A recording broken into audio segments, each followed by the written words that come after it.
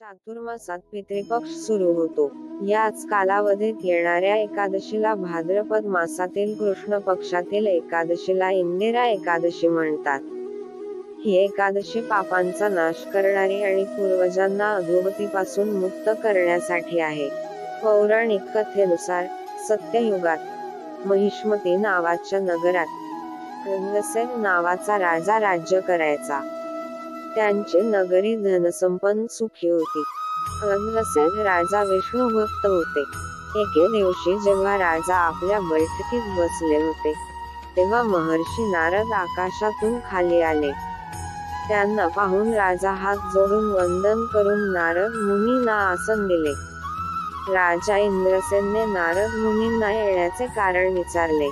नारद मुनींनी राजाला सांगितले, मी ब्रह्मलोकाहून यमलोकाला गेलो. तिथे मी तुमच्या वडिलांना पाहिले.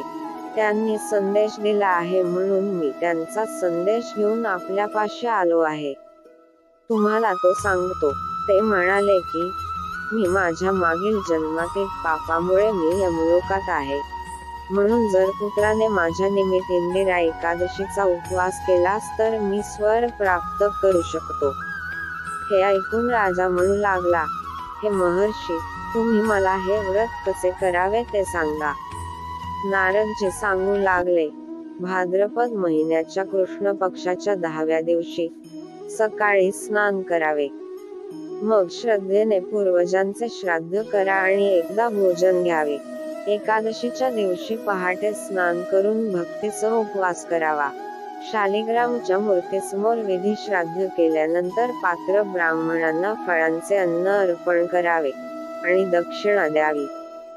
गायीला नैवेद्य द्यावा आणि धूप, दिवा, सुगंध, फुले, नैवेद्य इत्यादी सर्व गोष्टींनी भगवान विष्णूची पूजा करावी. रात्री देवाजवळ जागरण करावे. यानंतर द्वादशीच्या दिवशी सकाळी परमेश्वराची पूजा केल्यानंतर ब्राह्मणांना भोजन द्यावं. तुमच्या भावा, बहिणींसह, पत्नी आणि मुलगा तुम्हीही शांतपणे ग्रहण करावे.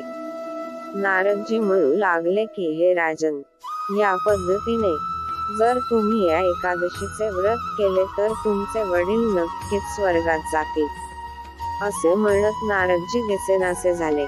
नारदजींच्या मते, जेव्हा राजाने आपल्या प्रजेसोबत उपवास केला, तेव्हा आकाशातून फुलांचा वर्षाव झाला आणि राजाचे वडील गरुडावर चढले आणि विष्णुलोकाकडे गेले. राजा कंदसेन देखील एकादशीचा उपवास केल्यामुळे मृत्यूनंतर स्वर्गात गेले. चातुर्मासात